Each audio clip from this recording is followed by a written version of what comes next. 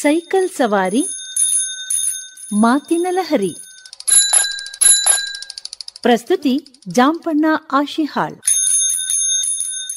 ನಮಗೆ ಬೇರೆ ಬೇರೆ ಸಂದರ್ಭದಲ್ಲಿ ಹೇಗೆ ಸೈಕಲ್ ತುಳಿಯೋರು ಸಿಗ್ತಾರೋ ಅದೇ ರೀತಿ ಇವತ್ತು ಕೂಡ ಇಬ್ಬರು ಹಿರಿಯರು ಸಿಕ್ಕಿದ್ದಾರೆ. ಅವರ ಜೊತೆಗೆ ಮಾತಾಡ್ತಾ ಅನೇಕ ವಿಷಯಗಳನ್ನು ನಾವು ತಿಳ್ಕೊಳ್ಳೋಣ. ಸರ್ ನಮಸ್ಕಾರ. ನಮಸ್ಕಾರ ಸರ್. ತಮ್ಮ ಹೆಸರು? ಶ್ರೀನಿವಾಸರಾವ್ ಅಂತ ಸರ್. ಶ್ರೀನಿವಾಸರಾವ್. ಸರ್ ತಮ್ಮ ಹೆಸರು? ಮಂಜುನಾಥ ಅಂತ ಸರ್. ಮಂಜುನಾಥ್ ಅಲ್ಲ? ಹಾಂ ಸರ್. ನೋಡಿ, ನನಗೆ ಭಾಳ ಖುಷಿಯಾಗಿದ್ದು ನಿಮ್ಮ ಕೈಯಲ್ಲಿ ಸೈಕಲ್ ಇದೆ. ವಿಶೇಷವಾಗಿ ನಿಮಗೆ ವಯಸ್ಸಾಗಿದೆ, ಆದರೂ ಕೂಡ ನೀವು ಸೈಕಲನ್ನು ತುಳಿತಾನೆ ಇದ್ದೀರಿ. ಹೌದು. ಈ ಸೈಕಲ್ ಅಂತ ಅನ್ನೋದು ಎಷ್ಟು ದಿನದಿಂದ ನಿಮ್ಮ ಜೊತೆಗಿದೆ? ಸುಮಾರು ಇದೊಂದು 60 ವರ್ಷದಿಂದ ಇದೆ ಸರ್. ನಡುವೆ ಯಾವುದೇ ಗಾಡಿಗಳು ಬಂದಿಲ್ಲ, ಬರೀ ಸೈಕಲ್ ಮಾತ್ರ ಬರ್ತಾ ಹೋಗ್ತಾ ಇದೆ. ಸೈಕಲಲ್ಲೇ ಓಡಾಡ್ತಾ ಇದ್ದೀನಿ. ಹೌದು. ಭಾಳ ಖುಷಿ ಆಯಿತು. ನಿಮ್ಗೆ ಎಷ್ಟು ವಯಸ್ಸು? ಈಗ 77 ವರ್ಷ ಸರ್. 77?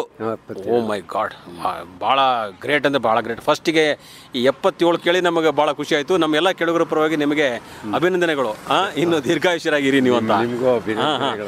ಶ್ರೀನಿವಾಸ ಅವರೇ, ಈ ಸೈಕಲ್ ಜೊತೆಗಿನ ಒಂದು ಒಡನಾಟ ನಡುವೆ ಎಲ್ಲೋ ಒಂದು ಕಡೆ ಸಾಕಪ್ಪ ನಮಗೆ ವಯಸ್ಸಾಯಿತು ಬೇಡ ಅಂತ ಹೇಳಿ ಅನಿಸ್ಬಿಡುತ್ತೆ. ಹಂಗೆ ಅನಿಸಿದ್ಯಾ ನಿಮ್ಗೆ ಯಾವಾಗಾದರೂ? ಇಲ್ಲ, ಅನಿಸಿಲ್ಲ. ಆ ಥರ ಸೈಕಲ್ ಇದ್ದರೆ ಮನೆಯಲ್ಲಿ ಒಂದು ಆಳಿದ್ದಾಗೆ ಎಲ್ಲ ರೀತಿಯಲ್ಲೂ ನಾವು ಕೆಲಸಗಳನ್ನು ಮಾಡ್ಕೋಬಹುದು. ಮತ್ತು ದೈಹಿಕ ವ್ಯಾಯಾಮಕ್ಕಂತೂ ಇದು ಬಹಳ ಅಗತ್ಯವಾಗಿ ಬೇಕಾಗಿದೆ.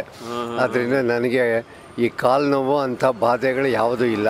ಕಾಲು ನೋವಿಂದ ಯಾವುದೇ ತೊಡಕುಗಳು ಬಂದಿಲ್ಲ? ಇಲ್ಲ. ಈಗ ನೀವು ಸೈಕಲ್ ಮ್ಯಾಗಿಂದ ಇಳಿದಾಗ ನಾನು ಗಮನಿಸಿದೆ, ಸ್ವಲ್ಪ ಒಂಚೂರು ದೇಹದಾರ್ಢ್ಯತೆ ಕಡಿಮೆ ಆಗಿದೆ. ಹಾಗೆ ಬಲಗಾಲಿನಲ್ಲಿ ಸ್ವಲ್ಪ ಶಕ್ತಿ ಕಡಿಮೆ ಆಗಿದೆ. ಆದರೆ ನೀವು ಆದರೂ ಬಿಟ್ಟಿಲ್ಲ. ಇದು ಮೇನ್ ನಮಗೆ ಬೇಕಾಗಿರೋದು. ನಾವೇನು ಮಾಡ್ತೀವಿ, ಇದಕ್ಕಿದ್ದಂಗೆ ಅಯ್ಯೋ ಏನೋ ಒಂಚೂರು ಪ್ರಾಬ್ಲಮ್ ಆದ್ಗಳೇ ಸೈಕಲ್ ಮುಟ್ಲೇಬಾರ್ದು ಅಂತ ಅಂದ್ಬಿಡ್ತೀವಿ. ಸಾಕಷ್ಟು ಸಲ ಒಂದೇ ಒಂದು ಸಲ ಇವತ್ತೊಬ್ರು ಹೇಳ್ತಾ ಇದ್ರು, ಸೈಕಲ್ ಮ್ಯಾಗಿಂದ ಒಂದಿನ ಬಿದ್ದುಬಿಟ್ಟೆ ಸರ್, ಅವತ್ತಿಂದ ನಾನು ಬಿಟ್ಟೆ ಅಂತ. ಅಂದರೆ ಬಿದ್ದರೂ ಎದ್ದು ಮತ್ತೆ ಸೈಕಲನ್ನು ಹಿಡಿದು ಓಡಿಸ್ಬೇಕು, ಆವಾಗನೇ ಅದರದ್ದು ರುಚಿ ಏನಂತ ಗೊತ್ತಾಗೋದು. 77 ಈ ವಯಸ್ಸಿನಲ್ಲಿ ನೀವು ಈ ಒಂದು ಶ್ರೀ ವಾಣಿ ವಿದ್ಯಾಮಂದಿರದ ಎದುರುಗಡೆ ನಿಂತಿದ್ದೀರಿ. ಯಾಕೆ? ವಾಣಿ ವಿದ್ಯಾಮಂದಿರದಲ್ಲಿ ಇಲ್ಲೇ ಪಾಠ ಹೇಳ್ತಾ ಇದ್ದೀನಿ. ಪಾಠ ಹೇಳ್ತೀರಾ? ನಾನು ರಿಟೈರ್ಡ್ ಹೈಸ್ಕೂಲ್ ಹೆಡ್ ಮಾಸ್ಟರ್ ಆಗಿದ್ದೆ, ಗುಂಡ್ಲುಪೇಟೆ ತಾಲೂಕು, ಬೇಗೂರು ಅಂತ.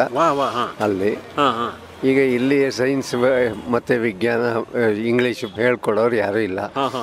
ಇಲ್ಲಿ ನಮಗೆ ಬರ್ತಕ್ಕಂಥ ಸ್ಲಮ್ ಮಕ್ಕಳುಗಳು ಬರ್ತವೆ, ಪಾಪ ಬಡ ಮಕ್ಕಳು. ಅವು ಏನಾದರೂ ಅನುಕೂಲ ಆಗಲಿ, ಪ್ರಯೋಜನ ಮಾಡಿಕೊಂಡು ವಿದ್ಯಾಭ್ಯಾಸ ಆಗಲಿ ಅನ್ನೋ ದೃಷ್ಟಿಯಿಂದ ಇಲ್ಲಿ ಬಂದು ಗೌರವಾನ್ವಿತ ವ್ಯಕ್ತಿಯಾಗಿ, ಗುರುಗಳಾಗಿ ನೀವೇನು ಮಾಡಬೇಕಾಗಿದೆ, ಯಾವತ್ತೂ ಸತತವಾಗಿ ಶಿಕ್ಷಣವನ್ನು ಕೊಡ್ತಾನೆ ಇರಬೇಕು ಅನ್ನೋ ಉದ್ದೇಶಕ್ಕೆ ನೀವು ಸತತವಾಗಿ ನಿಮ್ಮ ಸೇವೆಯನ್ನು ಜಾರಿ ಇಟ್ಟಿದ್ದೀರಿ. ಎಷ್ಟೋ ಸಲ ಸಾಕು ಅಂತ ಹೇಳಿ ಮನೇಲಿ ಕುತ್ಕೊಂಡ್ಬಿಡ್ತಾರೆ. ಆದರೆ ವಿಶೇಷವಾಗಿ ನಾವು ಗಮನಿಸಿದ ಹಾಗೆ ಶಿಕ್ಷಕರು ಯಾವತ್ತೂ ಮನೇಲಿ ಕುತ್ಕೊಳ್ಳಲ್ಲ, ಎಲ್ಲಿಯಾದರೂ ಅವರು ತಮ್ಮನ್ನು ತಾವು ತೊಡಸ್ಕೊಳ್ತಾರೆ. ಅದು ಬಹಳ ಸಂತೋಷದ ವಿಷಯ. ಸೈಕಲಿನ ಕುರಿತಾಗಿ ನಿಮ್ಗೆ ಏನಾದರೂ ಒಂದು ವಿಶೇಷ ಅನುಭವಗಳಿವೆಯಾ? ಸೈಕಲಲ್ಲಿ ಬೇರೆ ಬೇರೆ ಕಡೆಗೆಲ್ಲ ಪ್ರಯಾಣ ಹೋದಂತ. ಎಲ್ಲೆಲ್ಲಿ ಹೋಗಿದ್ರಿ? ಚಾಮರಾಜನಗರಕ್ಕೆ ಹೋಗಿದ್ದೀನಿ, ಬಿಳಿಗಿರಿ ರಂಗನ ಬೆಟ್ಟಕ್ಕೆ ಹೋಗಿದ್ದೀನಿ. ಬಿಳಿಗಿರಿ ರಂಗನ ಬೆಟ್ಟಕ್ಕೆ ಹೋಗಿದ್ರಾ? ಮೇಲೆ ಹಚ್ಬಿಟ್ರ ಹಂಗೆ? ಹಾಗೆ ಅಲ್ಲಿವರೆಗೂ ಸ್ನೇಹಿತರ ಜೊತೆ ಹೋಗಿದ್ರಾ? ಒಂದು ನಾವು 7-8 ಜನ ಒಂದು ಟೀಮಲ್ಲಿ ಹೋಗಿದ್ದು. ಅಲ್ಲಿವರೆಗೂ ಸೈಕಲ್ ಹೊಡ್ಕೊಂಡು ಹೋಗಿದ್ದೀವಿ. ಹೌದಾ? ಈಗ ಸೈಕಲ್ ನೋಡಿ, ಈ ಸೈಕಲ್ ಅನ್ನ ನಿಮ್ಮ ಮನೆಯಲ್ಲಿ ಆಗಲಿ ಅಥವಾ ನಿಮ್ಮ ಸ್ನೇಹಿತರ ವಲಯದಲ್ಲಿ ಬೇಡ ಶ್ರೀನಿವಾಸರಾವ್ರೆ ಸಾಕ್ಬಿಡು, ಏನು ಸೈಕಲ್ ಓಡಿಸ್ತೀರಾ ಅಂತ ಅಂದಿದ್ದಾರೆ. ಬೇಕಾದಷ್ಟು ಜನ ಹೇಳಿದ್ದಾರೆ. ನನ್ನ ಹತ್ರ ಒಂದು ಗಾಡಿನೂ ಇದೆ, ಸುಜುಕಿ ಗಾಡಿ. ಏನಾಗಿದೆ ನಿನಗೆ ಅದಕ್ಕೆ ಗಾಡಿ ಓಡಿಸೋಕ್ಕೇನು ಅಂತ ಎಲ್ಲ ನಮ್ಮ ಸಂಬಂಧಿಕರು ಎಲ್ಲರೂ ಬೈತಿದ್ದಾರೆ. ಆದರೂ ನನಗಿದು ವ್ಯಾಯಾಮಕ್ಕೋಸ್ಕರ ಓಡಿಸ್ತಾ ಇದ್ದೀನಿ ಹೊರತು ಇದು ಹಣದ ಉಳಿತಾಯಕ್ಕೋಸ್ಕರ ಅಲ್ಲ. ಅದರಿಂದ ಹಣದ ವಿಷಯನೂ ಬಿಡಿ, ಅದನ್ನ ಪಕ್ಕಕ್ಕಿಡೋಣ. ಮಾನಸಿಕ ನೆಮ್ಮದಿ ಅದೂ ಕೂಡ ಭಾಳ ಮುಖ್ಯ ಆಗುತ್ತಿಲ್ಲ. ಆಮೇಲೆ ಸಾಮಾನ್ಯವಾಗಿ ಯಾಕ್ರಿ ಸೈಕಲ್ ಮೇಲೆ ಓಡಾಡ್ತೀರಾ ಅಂತ ಹೇಳೋರೆಲ್ಲ ಅವ್ರು ಓಡಿಸ್ತಿರಲ್ಲ. ಮೊದಲನೇ ವಿಷಯ, ಯಾರು ಈ ಜನರ ಮಾತಿಗೆ ತಲೆ ಕೆಡಿಸ್ಕೊಳ್ಳಾರ್ದವ್ರು ಮಾತ್ರ ಆರಾಮಾಗಿ ಇದ್ದು ಬಿಡ್ತಾರೆ, ಅವ್ರ ಪಾಡಿಗೆ ಅವ್ರು ಇರ್ತಾರೆ. ನಿಮ್ಮ ಜೊತೆಗೆ ಇನ್ನೊಬ್ಬರಿದ್ದಾರೆ. ಸರ್ ನಮಸ್ಕಾರ. ನಮಸ್ಕಾರ ಸರ್. ನಿಮ್ಮ ಹೆಸರು? ಮಂಜುನಾಥ ಅಂತ. ಮಂಜುನಾಥ್ ಅವರೇ, ನೀವು ಕೂಡ ಸೈಕಲನ್ನು ಹಿಡ್ಕೊಂಡಿದ್ದೀರಾ. ನಿಮ್ಮ ಪಾಡಿಗೆ ನೀವೇ ಸೈಕಲ್ ತುಳಿತಾ ಬತ್ತಿದ್ದೀರೋ ಅಥವಾ ಯಾರಾದರೂ ನಿಮಗೆ ಮಾದರಿನೋ? ಖಂಡಿತ ಮಾದರಿ ಅಂತ ಹೇಳ್ತೀನಿ ನಾನು. ಯಾಕಂದರೆ ಪ್ರೊಫೆಸರ್ ಜಿ ಟಿ ನಾರಾಯಣರಾವ್ ಅಂತ ಮಹಾವಿದ್ವಾಂಸರಿದ್ದರು. ಅವರು ಸರಳ ಜೀವಿಯಾಗಿ ಬದುಕಿದ್ರು, ಹಾಗೆ ತೋರಿಸ್ತಾ ಇದ್ರು ಪರಿಸರನ ಹೇಗೆ ಜೋಪಾನ ಮಾಡಬಹುದು ಸರಳವಾಗಿ. ನಮ್ಮ ಕೈಲಾದ್ದು ಪರಿಸರನ ಖಂಡಿತವಾಗಿ ತೀರಾ ಅವಶ್ಯಕತೆ ಇದ್ದಾಗ ವಾಹನ ಬಳಸ್ಕೊಳ್ಳೋಣ, ಇಲ್ಲದ ಸಮಯದಲ್ಲಿ ಸೈಕಲ್ ಹೊಡೆಯೋಣ ಅಂತ ಹೇಳ್ತಿದ್ರು. ನನಗೆ ಅವರು ಪ್ರೇರಣೆ ಆಗಿದ್ದಾರೆ. ನಿಮ್ಮನ್ನು ನೋಡಿದಾಗ ನಮ್ಗೆ ಭಾಳ ಖುಷಿ ಆಯಿತು. ನಿಮ್ಮನ್ನಾಗಲಿ ಶ್ರೀನಿವಾಸರಾವ್ ಅವರು ನೋಡಿದಾಗ ನಿಮ್ಮೊಂದು ದೇಹ ಪ್ರಕೃತಿ ತುಂಬ ಚೆನ್ನಾಗಿದೆ. ದೇವರು ನಿಮಗೆ ಒಳ್ಳೆಯ ರೀತಿಯಾಗಿ ಈ ರೀತಿಯಾದೊಂದು ಒಳ್ಳೆಯ ಆರೋಗ್ಯಕ್ಕಿಂತ ನೀವೇ ಕಾಪಾಡ್ಕೊಂಡಿದ್ದೀರಿ. ಸೈಕಲ್ ನಿಮಗೆ ಅದು ಸಾಥ ಕೊಟ್ಟಿದೆ, ಆದ್ದರಿಂದ ನಿಮ್ಗೆ ಒಳ್ಳೆಯ ಆರೋಗ್ಯ ಇದೆ. ಏನು ಪಾಠ ಮಾಡ್ತೀರಾ ನೀವು ಇಲ್ಲಿ? ಸರ್, ನಾನು ಕನ್ನಡ ಮತ್ತು ಹಿಂದಿ ಪಾಠ ಮಾಡ್ತೀನಿ. ಎಲ್ಲ ಮಕ್ಕಳು ಕಲಿತಾ ಇದ್ದಾರೆ, ಚೆನ್ನಾಗಿ ಶ್ರದ್ಧೆಯಿಂದ ಕಲಿತಾ ಇದ್ದಾರೆ. ನಾನು ನೋಡು ಕೆಲವು ಬಹುಶಃ ಅವ್ರಿಗೆ ನನ್ನ ಮತ್ತೆ ಶ್ರೀನಿವಾಸ್ ಸರ್ ನೋಡಿ ಒಂದಷ್ಟು ಜನ ಮಕ್ಕಳಿಗಾರು ಪರಿವರ್ತನೆ ಆಗಿರ್ತಾರೆ ಅನ್ಕೋತೀನಿ. ಅವರು ಸಾಮಾನ್ಯವಾಗಿ ಸೈಕಲ್ ಮೇಲೆ ಬರ್ತಿದ್ದಾರೆ. ಹಾಗಾಗಿ ಅವ್ರಿಗೂ ಒಂದು ಪ್ರೇರಣೆ ಆಗಿರುತ್ತೆ ಅಂತ ಅನ್ಕೋತೀನಿ.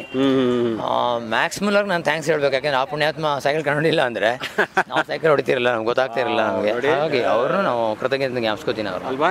ಈಗ ನೀವು ಮಾದರಿಯಾದಂಥ ವ್ಯಕ್ತಿ ಅವ್ರು ಹೆಂಗಿದ್ರು, ಯಾಕೆ ನೀವು ಸೈಕಲನ್ನು ಬಳಸಕ್ಕೆ ಶುರು ಮಾಡಿದ್ರಿ? ಜಿ ಟಿ ನಾರಾಯಣರಾವ್ ಸದಾ ಯಾವಾಗಲೂ ಅಷ್ಟೇ ಅವರು ವಿಜ್ಞಾನ ಮತ್ತು ಗಣಿತ ವಿಷಯ ಪ್ರಾಧ್ಯಾಪಕರಾಗಿದ್ರು ಕೂಡ ಎಲ್ಲರೊಂದಿಗೂ ಬೆರೆಯುವಂಥ ಸ್ವಭಾವ ಇತ್ತು. ಆಮೇಲೆ ಎಲ್ಲರಿಗೂ ತಿಳಿ ಹೇಳ್ತಿದ್ರು ಅವರು, ಒಂದಲ್ಲ ಒಂದು ಮಾರ್ಗದರ್ಶನ ಮಾಡ್ತಾನೆ ಇರೋರು ಅವರು. ಮತ್ತು ವಿಜ್ಞಾನ ವಿದ್ಯಾರ್ಥಿಗಳನ್ನ ಕುರಿತು ಅವ್ರು ಬಹಳ ಮಮತೆ ಅವ್ರಿಗೆ. ಸಿ ವಿ ರಾಮನ್ ಬಗ್ಗೆ ಹೇಳೋರು, ಸಿ ವಿ ರಾಮನ್ ಅಣ್ಣನ ಮಗನ ಬಗ್ಗೆ ಹೇಳೋರು, ಅವರೆಲ್ಲ ಹೇಗೆ ಸರಳವಾಗಿ ಬದುಕ್ತಿದ್ರು ಅನ್ನೆಲ್ಲ ನಮಗೆಲ್ಲ ಹೇಳೋರು. ನಾವಂತೂ ಸಿ ವಿ ರಾಮನ್ ನೋಡಿಲ್ಲ, ಸಿ ವಿ ರಾಮನ್ ಅಣ್ಣನ ಶೇಖರ್ ನೋಡಿಲ್ಲ, ಆದರೆ ಅವರಿಬ್ಬರು ನೋಡಿ ಬಂದಿದ್ರು ಅವರು.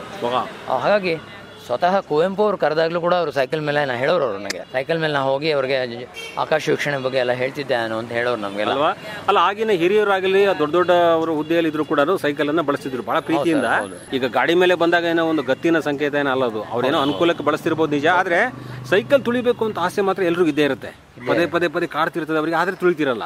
ನೀವು ಧೈರ್ಯ ಮಾಡಿ ಜನ ಏನೇ ಅಂದ್ರೆ ಏನು ನಮ್ಗೇನು ಸಂಬಂಧ ಇಲ್ಲ, ನಮ್ಮ ಪಾಡಿಗೆ ನಾವು ಇರಬೇಕು ಅನ್ನೋ ಉದ್ದೇಶಕ್ಕೆ ನೀವು ಕಂಟಿನ್ಯೂಸ್ ತುಳಿತಾ ಇದ್ದೀರಿ. ಮಕ್ಕಳು ಸೈಕಲ್ ಮೇಲೆ ಬರ್ತಾರೆ ನೋಡಿ, ಅವರಿಗೆ ನಮ್ಮ ಗುರುಗಳು ಬಂದರು ಅಂತಂದಾಗ, ಈ ಬೇರೆ ಗುರುಗಳು ಗಾಡಿ ಮೇಲೆ ಬಂದಿರ್ತಾರೆ, ನಮ್ಮ ಗುರುಗಳು ಸೈಕಲ್ ಮೇಲೆ ಅಂದಾಗ ಅವ್ರಿಗೆ ಏನಾರ ಆ ರೀತಿ ಸಂಕೋಚನ ಬಂದಿಲ್ಲ. ಅವ್ರಿಗೆ ಏನಾರ ಅನ್ಸಿರ್ತದ ಅಂತ ನಿಮ್ಗೆ ಅನ್ಸಿದ್ಯಾ ಅಂತ? ಇಲ್ಲ, ನಾನು ಅವ್ರನ್ನ ಉದಾಹರಣೆಗೆ ತೊಗೊಳೋದೇ ಇಲ್ಲ. ವೆಹಿಕಲ್ ಬಂದ್ರು ಅವರು, ನಾನು ಸೈಕಲ್ ಬಂದ್ಬಿಡಿ ಅನ್ಕೊಳ್ಳೋದ. ನಾನೇನಪ್ಪ ಮಾಡ್ತೀನಿ ಅಂದರೆ ನಾನು ಚೆನ್ನಾಗಿ ಪಾಠ ಮಾಡ್ತಿದ್ದೀನ ಇಲ್ವಾ, ನಾನು ಚೆನ್ನಾಗಿ ಮಕ್ಕಳು ಹೇಳ್ಕೊಡ್ತಾ ಇದೀನ ಇಲ್ವಾ ಅಂತ ನಾನು ಗಮನಿಸ್ತೀನಿ. ನನ್ನ ವಿದ್ಯಾರ್ಥಿಗಳು ನನ್ನ ಕೆಲಸಗಳನ್ನು ಅವ್ರು ಒಪ್ಕೊಂಡ್ರೆ ಸಾಕು ಅಂತ ಹೇಳ್ಕೊತೀನಿ. ಸರ್, ಈಗ ಆಕಾಶವಾಣಿ ಕೇಳ್ತೀರಾ ನೀವು? ಖಂಡಿತ ಕೇಳ್ತಾ ಇರ್ತೀನಿ ಸರ್, ಬೆಳಗ್ಗೆಯಿಂದ ನಾನು ಕೇಳ್ತಿರ್ತೀನಿ, ಸಮಯ ಸಿಕ್ಕಾಗೆಲ್ಲ ಕೇಳ್ತಿರ್ತೀನಿ. ಅವರಿಂದನೇ ನಮಗೆ ಭಾಷೆ ಉಚ್ಚಾರಣೆ ಮಾಡೋದು ಬರ್ತಾ ಇದೆ, ಅಥವಾ ಮಾತುಕತೆ ಆಗಿರ್ಬೋದು, ಅನೇಕ ಹಿರಿಯರು ಮಾತಾಡಿಸ್ತಾ ಇದ್ದೀರಾ, ಸಂದರ್ಶನ ನಡೀತಾ ಇದೆ, ಅದೆಲ್ಲ ಹೆಮ್ಮೆ.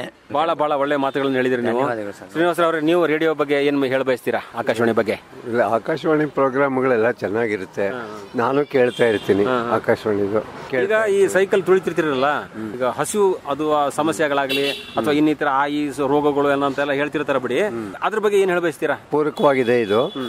ಹಸಿವು ಚೆನ್ನಾಗಿ ಆಗುತ್ತೆ, ಸೈಕಲ್ ಹೊಡೆಯೋದ್ರಿಂದ ಒಳ್ಳೆ ವ್ಯಾಯಾಮ ಆಗೋದ್ರಿಂದ ಹಸಿವಾಗುತ್ತೆ, ಏನು ತೊಂದರೆ ಏನಿಲ್ಲ. ದೈಹಿಕ ವ್ಯಾಯಾಮ ಚೆನ್ನಾಗಿ ಆಗೋದ್ರಿಂದ ದೇಹ ಆರೋಗ್ಯ ಚೆನ್ನಾಗಿರುತ್ತದೆ.